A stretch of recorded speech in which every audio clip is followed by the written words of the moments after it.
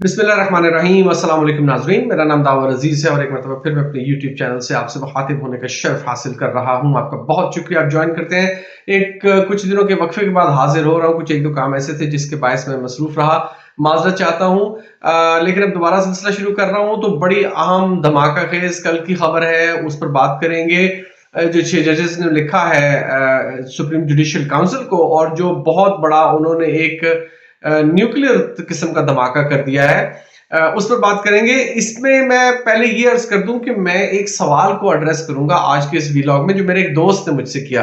वो कहने लगा कि यार, पहले आप उसका सवाल सुनने, उसने कहा भाई बात ये है कि ये जो 6 जजेस ने खत लिखा है और आईएसआई और फलाने ढमकानी एजेंसियों के नाम दिए हैं कि जी वो इस तरह से मुदाखलत करते हैं और प्रेशर डालते हैं, और हमारे रिश्तेदारों को अगवा किया गया, उन पर तशद्दुद किया गया, वीडियोस बनाई गई, कैमरे निकले बेडरूम से, सिटिंग रूम से, और ये वो सारे प्रेशराइज किया गया।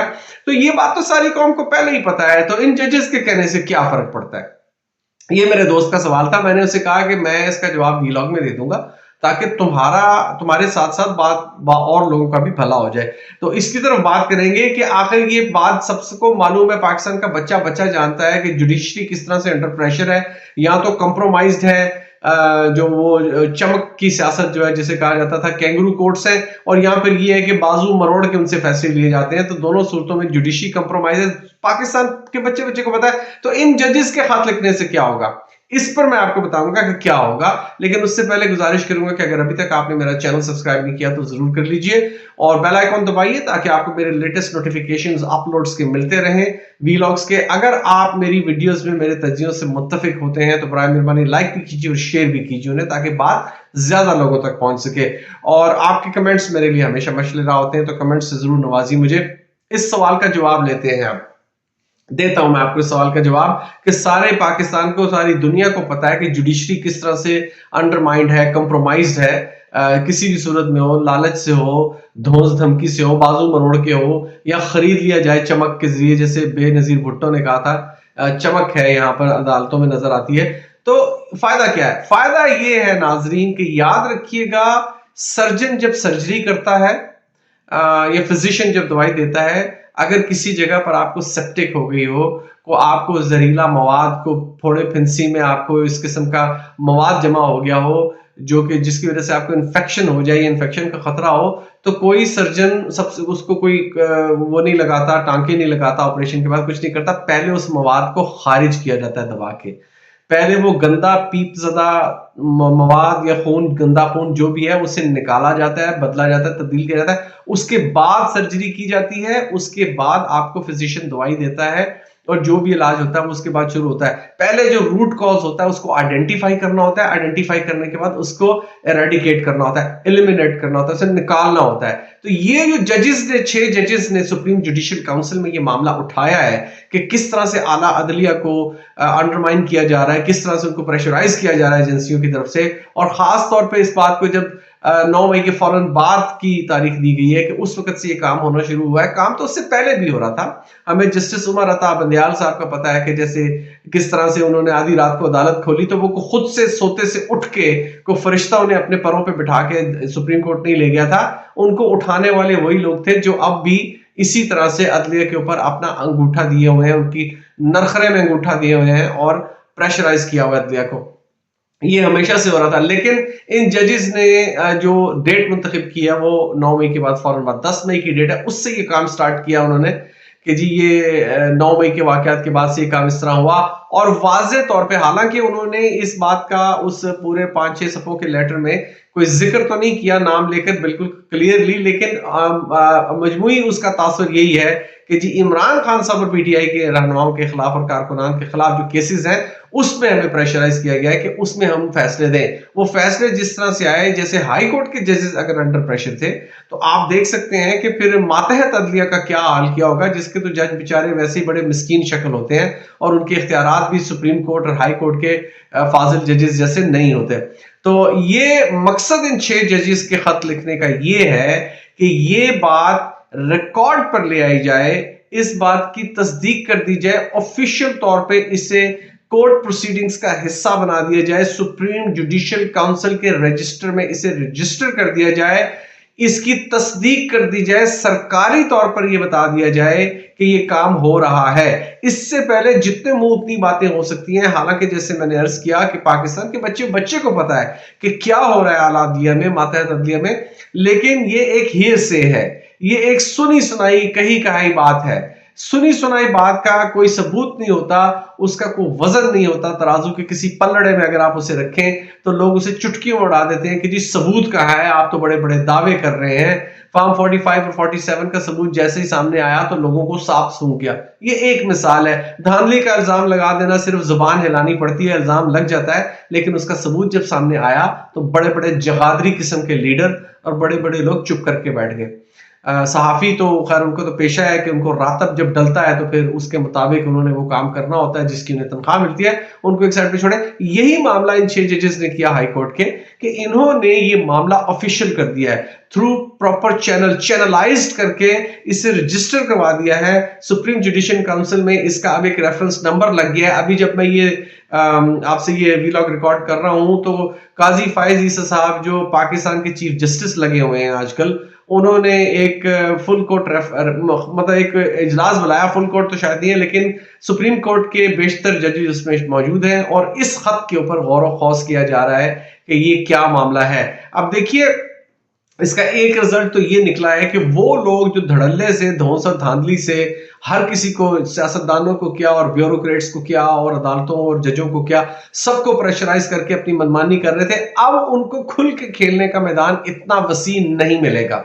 अब उन्हें भी मोहतात होना पड़ेगा कि the cat is out of the bag. जिन लोगों के हम बाजू मरोड़ रहे थे, हमने उनके बाजू इतने मरोड़ लिए हैं कि अब वो चीख पड़े हैं और उन्होंने चीख के अवाम को बता दिया है कि उनके साथ क्या नारवा सलूक रखा जा रहा है। तो अब ये मामला उनके लिए इतना आसान नहीं रहेगा जो ये काम कर रहे थे। पहला तो इसका फायदा ये हो गया, करेंगे तो वो अभी भी, लेकिन अब ढका छुपा और फिर जाहिर है कुछ लिमिटेशंस, कुछ पाबंदियां उनके ऊपर लग जाएंगी, इसी खौफ से कि अगर आवाम में ये बात मजीद फैल गई तो फिर उसका रिजल्ट बहुत खतरनाक निकल सकता है। पहला फायदा तो इसका ये हो गया। दूसरा फायदा इसका ये देखिए कि वो जजेस जो कंप्रोमाइज थे, वो जजेस जिन्हें खरीद लिया गया था या जिन्हें लालच दिया गया था आइंदा सेनेट की सीटों का या बैरून मुल्क जायदादों का या एक्सटेंशंस का, कि आपको एक्सटेंड कर देंगे, आप मजीद भी इस ओहदे पर बरकरार रह लें, या उन्हें किसी किस्म की कोई ब्लैकमेलिंग की जा रही थी उनकी वीडियोस, जैसे कि आजकल ऑडियो वीडियो सेंटर वाली बाजी, वो थीफ मिनिस्टर, माफ कीजिएगा चीफ मिनिस्टर पंजाब की लगी हुई है, तो ऑडियो वीडियो का कारोबार जाहिर है बहुत चल रहा है आजकल, तो हो सकता है कि बाजी चीज को ब्लैकमेल किया जा रहा हो। अब इससे हुआ ये है कि इन तमाम लोगों को भी जो ये या तो कंप्रोमाइज है लालच की वजह से, पैसे लेकर, जायदाद बैरून मुल्क लेकर, या को मराहत लेकर, या वादे वईद पर या ब्लैकमेलिंग पर, माफ कीजिएगा,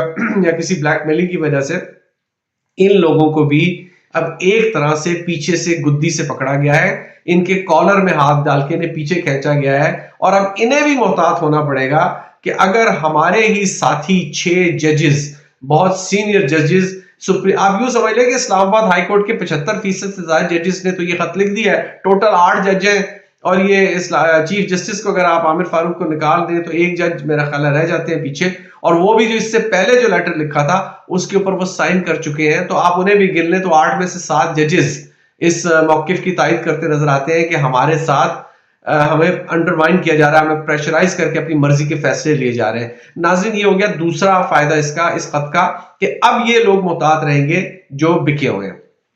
तीसरा फायदा इसका सबसे बड़ा ये होगा कि अब इस वक्त chief justice Islamabad high court Aamir Farooq साहब, जो कि इत्तेफाक से सुप्रीम जुडिशियल काउंसिल के भी एक मेंबर हैं, उन पर इंतहाई प्रेशराइज किस्म की सिचुएशन क्रिएट हो गई है।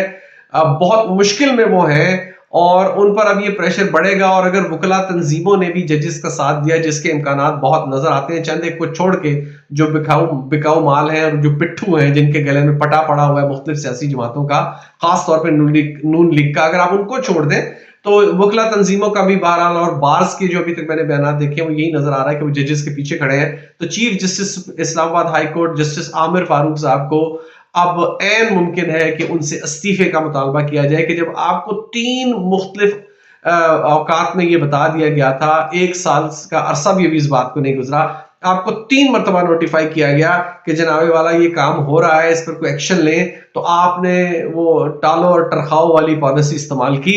आपने कहा हाँ जी हो जाएगा, ये होगा वो होगा, और हुआ कुछ नहीं है।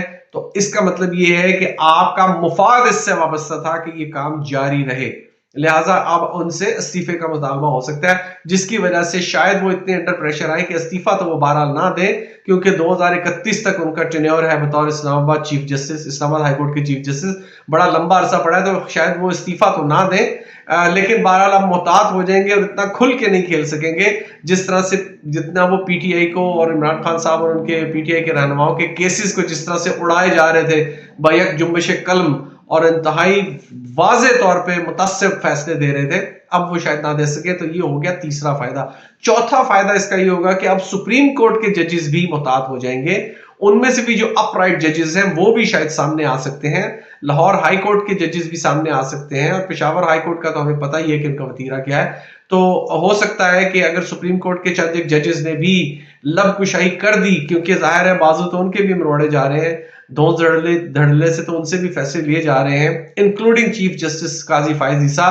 तो अब फायज ईसा साहब के लिए ये इंतहाई मुश्किल अमर हो जाएगा कि जिस तरह से पहले वो अपनी मनमाने फैसले कर रहे थे या लिखे हुए किसी के फैसले पढ़ रहे थे, इसके बाद ये जो सूरत हाल अब डेवलप हुई है, इसके बाद उनको मनमानी करने का मौका बहुत कम हो जाएगा। बास तो वो फिर भी नहीं आएंगे, क्योंकि मैंने उनके रवैये में एक बहुत ढीठपना देखा है। वो ढीठ शख्स हैं और ढिठाई के साथ फैसले करते हैं और बेशर्मी के साथ मैं तो कहूंगा वो फैसले करते हैं, क्योंकि सरासर कवानीन उसकी इजाजत नहीं देते जिस तरह के वो फैसले करते हैं, जैसे बल्ले का निशान छीनने वाला मामला था। तो लेकिन होगा ये कि कर्टेल हो जाएगी अब उनकी हिम्मत, और वो अपने इख्तियारात को ऐसे अंधाधुंध इस्तेमाल नहीं करेंगे जिस तरह से वो पहले कर रहे थे, मोहतात हो जाएंगे और उनकी जो फैसला करने की अंधाधुंध जो काविशें थी वो कर्टेल हो जाएंगी अब, यानी उन पर कुछ ना कुछ कमी आएगी। तो ये इसका चौथा फायदा है। इसके अलावा मजीद फायदे भी होंगे, वो क्या होंगे किसी और व्लॉग में बात करेंगे। जाने से पहले मैं आपसे गुजारिश करूंगा कि आपने अगर अभी तक मेरा चैनल सब्सक्राइब नहीं किया तो जरूर कर लीजिए, और अगर आप मेरे तज्जियों से मुत्तफिक होते हैं तो लाइक एंड शेयर कीजिए मेरे वीडियोस को, बेल आइकॉन दबाइए ताकि आपको मेरे लेटेस्ट अपलोड्स का नोटिफिकेशन बर वक्त मिलता रहे। अपने कमेंट्स से मुझे जरूर नवाजिए ताकि मैं अपने व्लॉग्स के कंटेंट को बेहतर कर सकूं। इसके साथ ही इजाजत चाहता हूं, मैं आपके लिए दुआ गो हूं, आप मेरे लिए दुआ कीजिए। पाकिस्तान हमेशा जिंदाबाद।